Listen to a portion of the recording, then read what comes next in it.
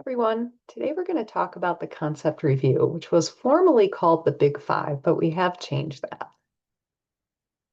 So after the example period, many meetings use the concept review to just call out basic concepts.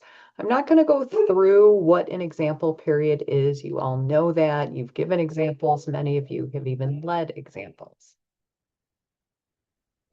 The part I'm going to highlight is what comes after. There are 6 concepts that are called out in the concept review. We look at angry temper, fearful temper, muscle control, muscle movement, sabotage, and other opportunities for self-endorsement. So before we start, just kind of think to yourself, do you have problems with any of these? Some of these are more difficult.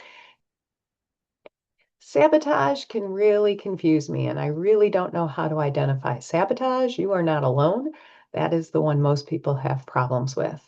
Also, muscle movement and muscle control can be difficult. Sometimes these are switched up. So we're going to go through these and let you practice with an example. This is my example, so I will just read this. Obviously, we're not doing group spotting here. And right after I read this, we'll head into each of the concepts. So step 1, my husband ordered a new ergonomic keyboard for me as a gift. It was a rainy, stormy day, and I waited all day for it to be delivered.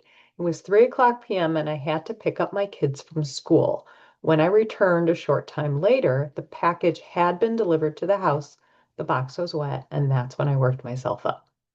Step 2, I was clenching my jaw. I was angry that it was delivered in that short time frame I was gone. My thoughts were, why did this have to get delivered during the 30 minutes I was gone? And couldn't they have tried to protect it? I was afraid that the electronics inside would be ruined. I had the impulse to call the delivery service and yell at them. I had angry temper directed at the delivery driver for not trying to tuck the box close to the door to stay dry.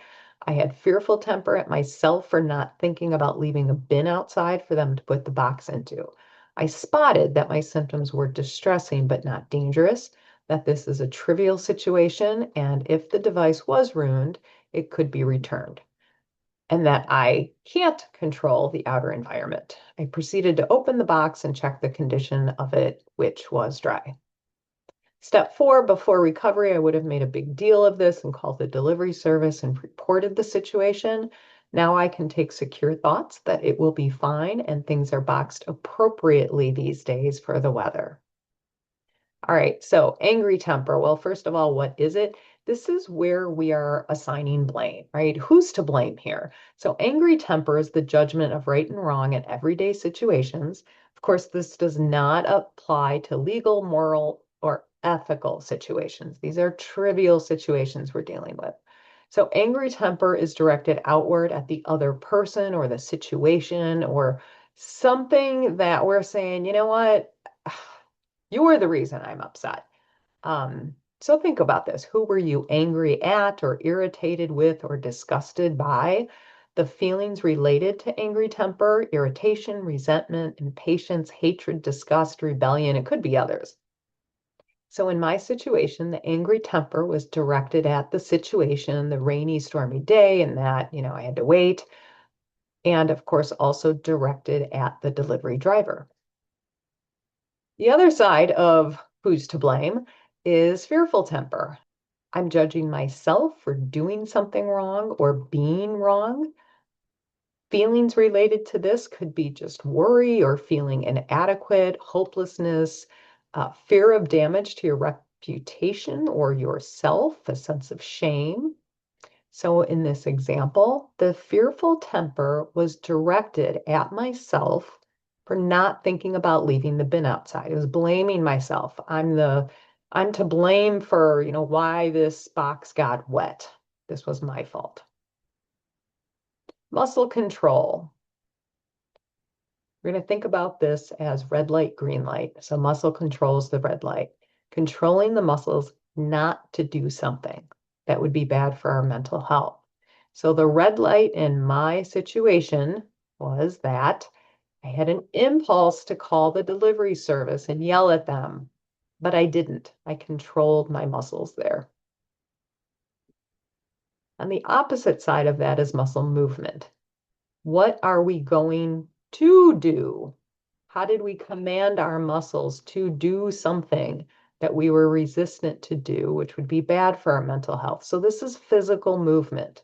And in this example, I proceeded to open the box and check the condition of it. So I move my muscles to just open it up and check.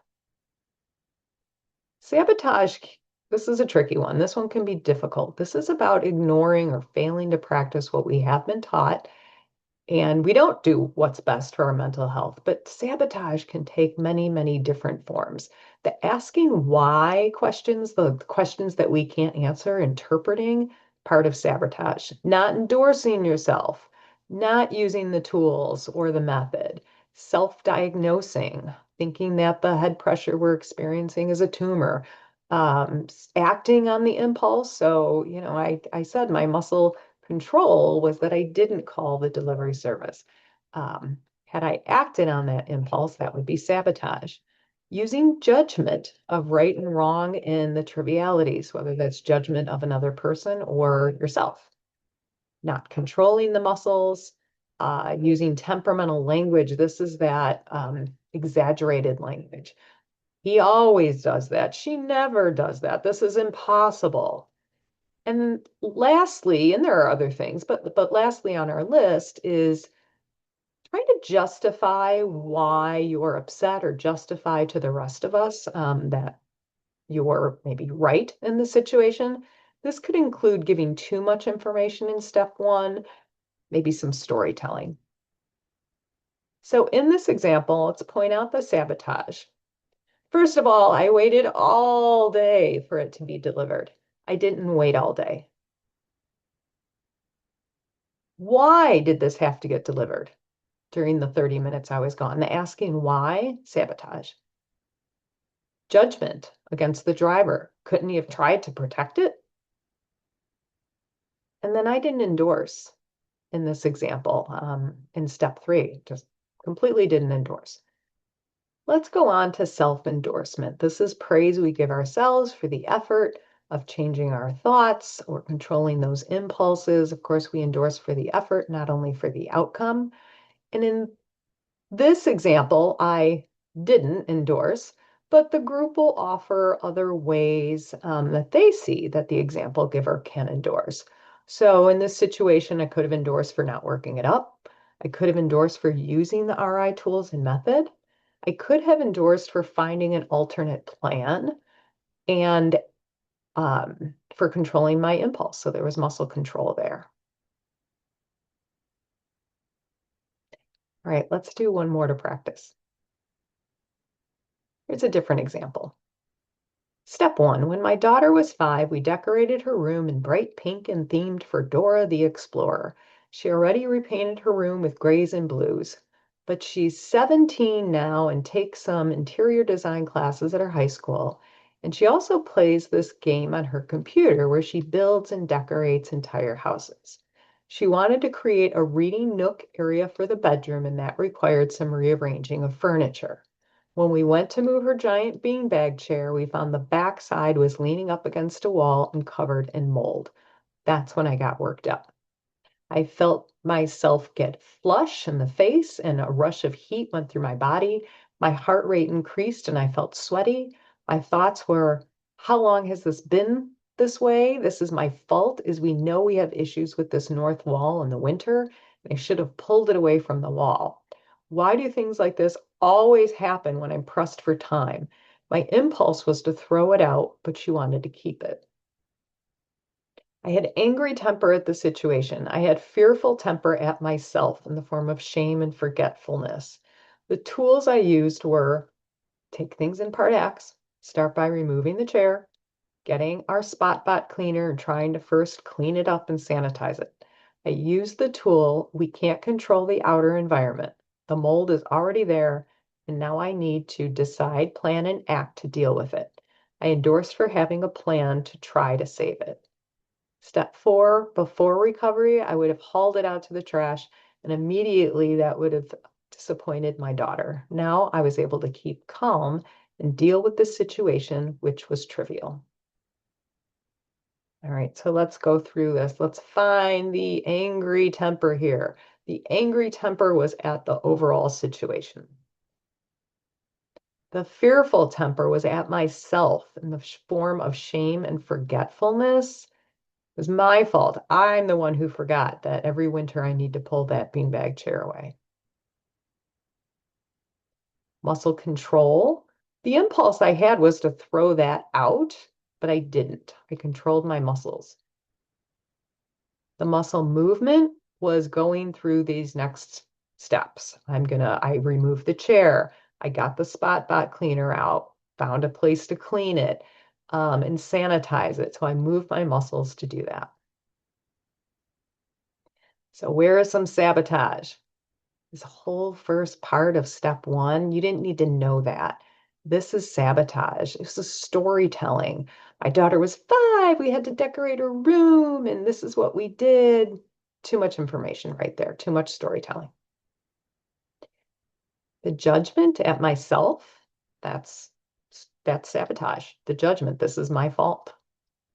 I asked why. I'm really good at about asking why. I do that all the time. Why? Why?